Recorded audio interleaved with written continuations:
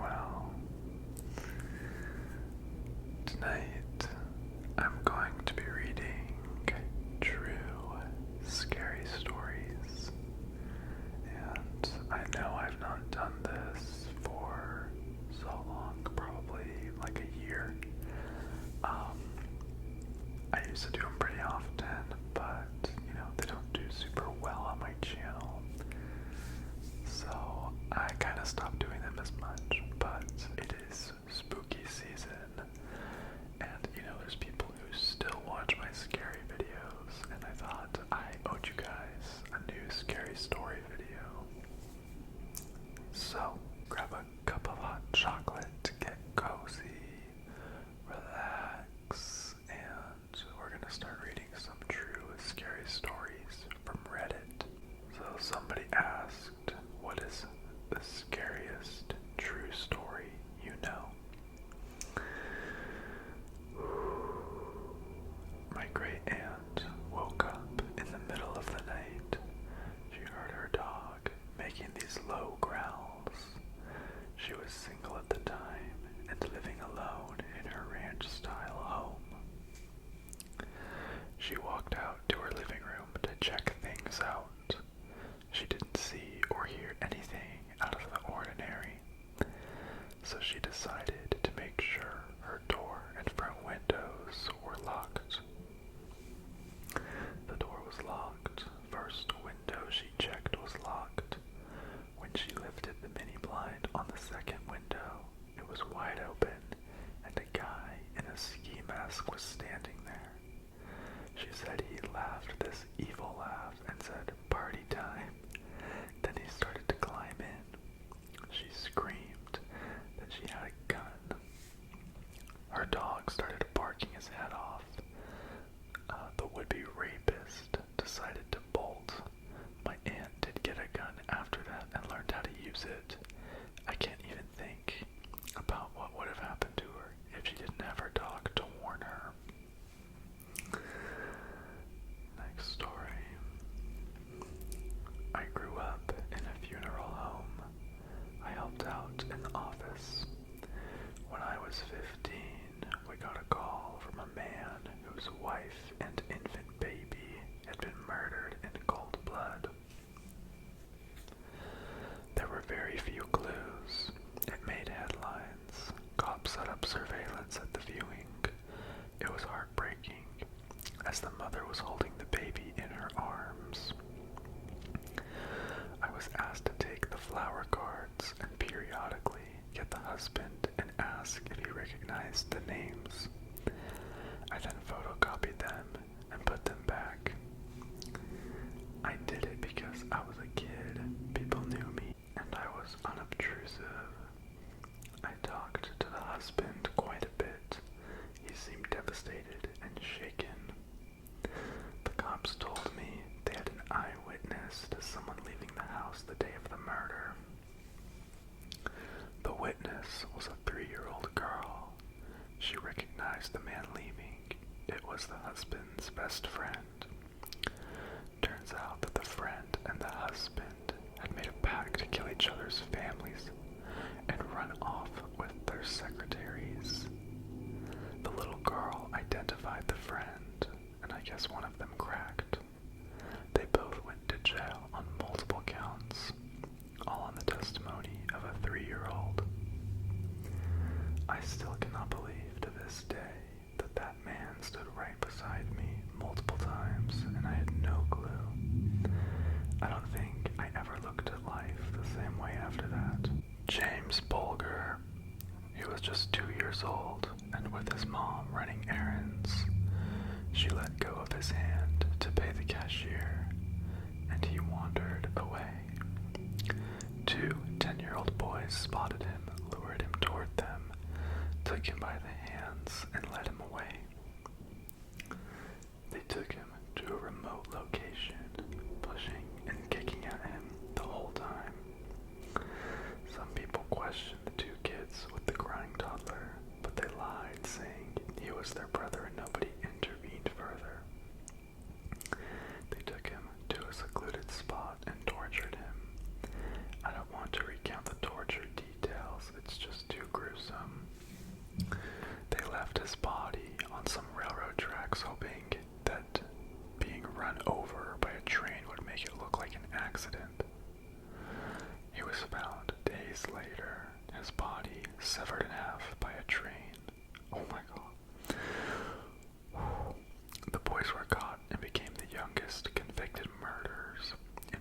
history. Security footage from the day they took James shows them watching children picking out a target. And they were just kids themselves. They were released at 18. One of them is back in jail for processing child abuse photos on his computer. Sorry, possessing. The most terrifying thing about this for me is that my own son is only 2 now, and James's murderers were just children too. It was premeditated and intentional and entirely random. Just a momentary lapse in attention, and he became a target of 2 murderous children. To think that children younger than my stepson are capable of such a thing. Everything about this case is just horrifying. Okay, next story. My dad worked in a morgue during college in the 60s. One time, on the night shift, he was training a recent hire who was wheeling a body down the hallway. The body was under a sheet, but all of a sudden started to sit up. The guy immediately freaked out, ran out the doors, and quit. Apparently, a dead body can have muscle contractions and the abs causing it to start sitting up. The more you know, I guess. Okay. Next. The scariest true story I know is my own. I grew up with a very mentally ill and abusive father. The summer I was 16, and my younger brother was 13. My father shot my brother with a shotgun at point blank in our basement. Thankfully, it missed his heart by 2 inches, and he's still alive today. I came home that evening to find my stepmother cleaning the blood off the tile floor like there was nothing to see. It was the most terrifying and surreal thing I've ever experienced. One would believe attempted murder would be enough to terminate custody rights, but alas, the police chalked it up to accidental, and my brother and I were too frightened of our father to say otherwise. At 18 and 15 respectively, my brother and I packed up and left the state, never to speak to our father again. To this day, little bits of shrapnel still surface in my brother's chest. Oh my gosh. Jeez. Alright, next story. During college, I lived in an apartment with a community pool. There were a bunch of us having beers at the pool one night over summer term, and one of my friends ran to jump in the pool but changed his mind at the last second. His feet slipped out from under him on the wet concrete and he went down. He broke his neck, and the edge of the pool never walked again and had extremely limited upper body function. I watched someone's life be ruined, and it was terrifying. Listen to the lifeguard and walk.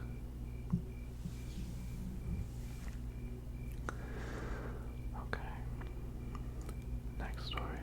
Copied from Wikipedia. Tanguel Rasalite was a Lithuanian girl who was sold as a sex slave in Sweden in late 1999. Her mother had abandoned her when she was 14 years old and left for the USA. When she was 15 to 16 years old, she was sent from Lithuania by an older man who pretended to be her boyfriend. He promised her a job as a berry picker in Sweden and gave her a fake passport. When she arrived in Sweden, a man welcomed her and locked her in an apartment in Malmo. Sorry, I hope I'm not pronouncing these places and names too bad. He said she had to pay him 20,000 kroner for her passport and the transportation from Lithuania to Sweden. She soon understood she would be working as a prostitute.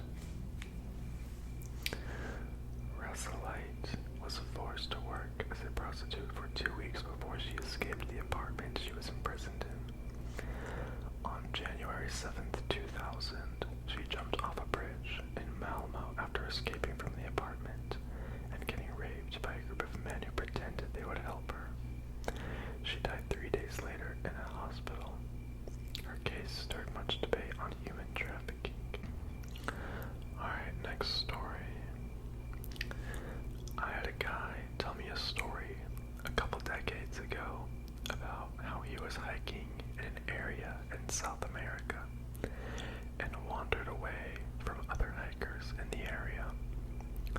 The ground was wet, and without warning, it gave way and he got sucked into a fast-moving underground river, pitch black, completely submerged and at the mercy of the current, as it buffeted him against the sides of the tunnel.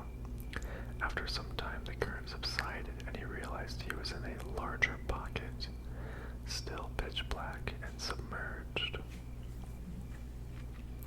He said that even as he struggled to hold his breath, he didn't panic and realized that the water had to keep moving somewhere.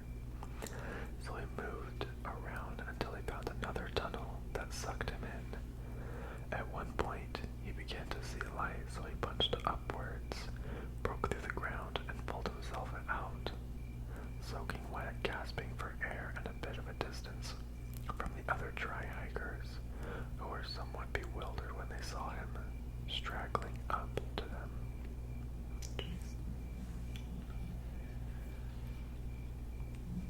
Okay, next. Everything to do with Haj Mohammed Mesfoui.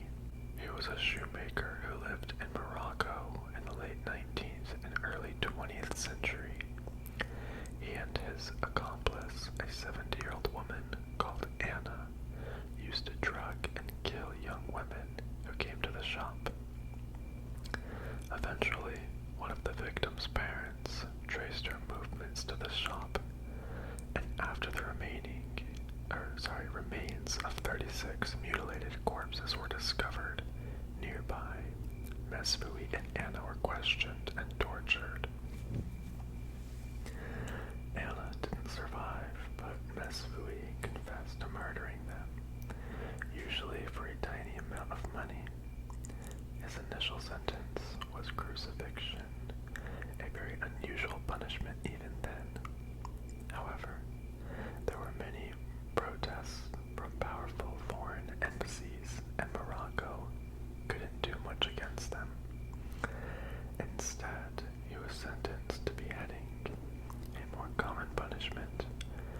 However, the mood of Marrakech was that this was far too lenient, so they settled on immurement, being buried up alive. A special cell was constructed in the wall of the bazaar, about 2 by 2 by 6 feet. Chains were attached to one wall to ensure he would be kept standing. Mesfoui wasn't told of his fate until the morning of his execution, when he was led screaming in chains and slowly bricked up inside. Once the last course had been laid, the crown would fall silent until he started screaming when they would cheer. He screamed nearly constantly for 2 days. On the 3rd day, he fell silent. Next story. I served a short stint as a fireman. There was an RTA call one morning, 30 minutes after I started my shift. This guy got T-boned while driving home after a night of heavy drinking. He got T-boned on the passenger side when he ran a red light. His wife died instantly, and he pretty much remained unharmed. When we arrived at the scene, he was outside his car, while the wife was still seated in the passenger seat. Her lower body was still in her seat while her upper torso splayed over the driver's side. Looks like she was just reaching over to the driver's side to open the door. Just that she's unconscious and non-reactive. No blood at all from what we can see from the driver's side. The passenger's door was caved in badly. The driver was still tipsy and thought nothing of what's happening, kept asking us to hurry up and extract his wife so they can head back home, laughing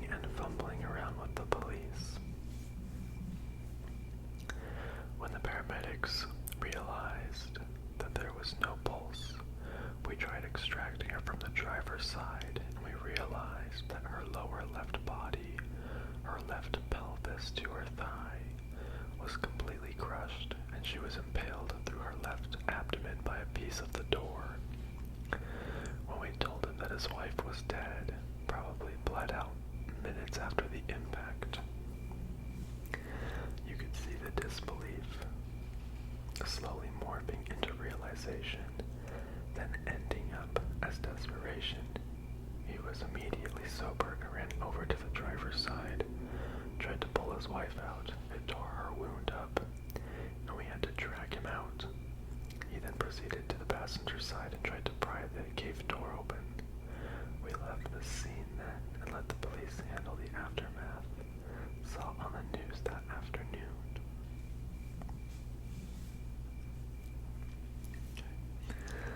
Next, the kidnapping of Colleen Stan. She was hitchhiking in the 70s and turned down rides because they didn't seem safe. A van with a young couple and a baby offered her a ride, and because it was a family, she accepted. They held her at gunpoint, put a giant box on her head that blocked out noise and sound. Later, kept her in a box the size of a coffin underneath their bed. She was brutally beaten and raped daily for 7 years. They also brainwashed her to believe that they were part of a mafia called the Company that would kill her family if she tried to escape. Eventually, the wife helped her escape and received immunity for testifying against her husband at trial. The case is known as the Girl in the Box. Alright, let's do a couple more.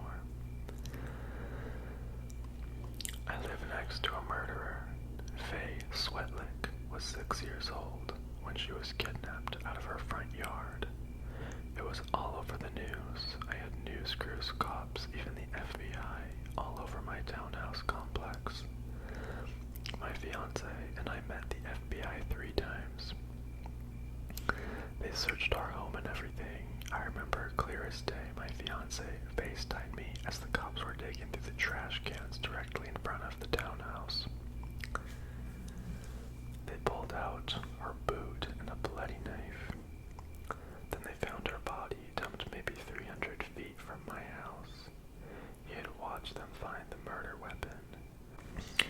Dumbass put it in a trash bag along with his other mail. He went to his back porch and opened his own throat. It's crazy. I had conversations with the guy. I never knew he was a psycho. This all happened a year ago.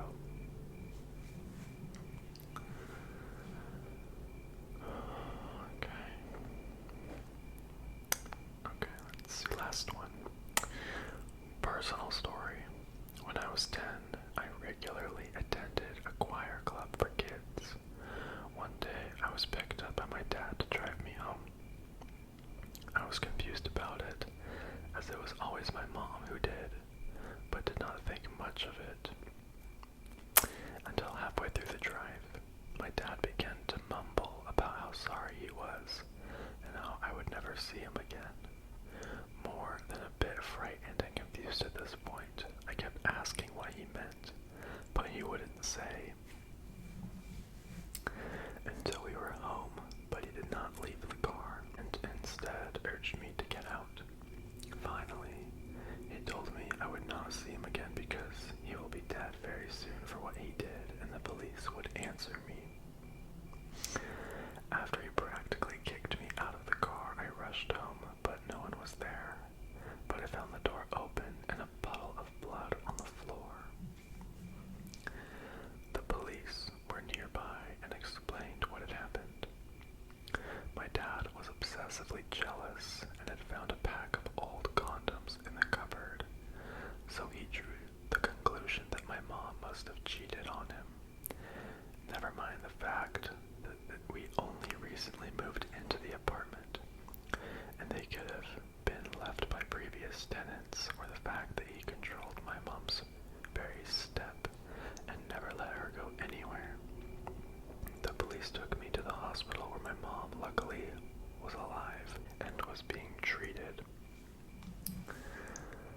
My dad had smashed her skull in with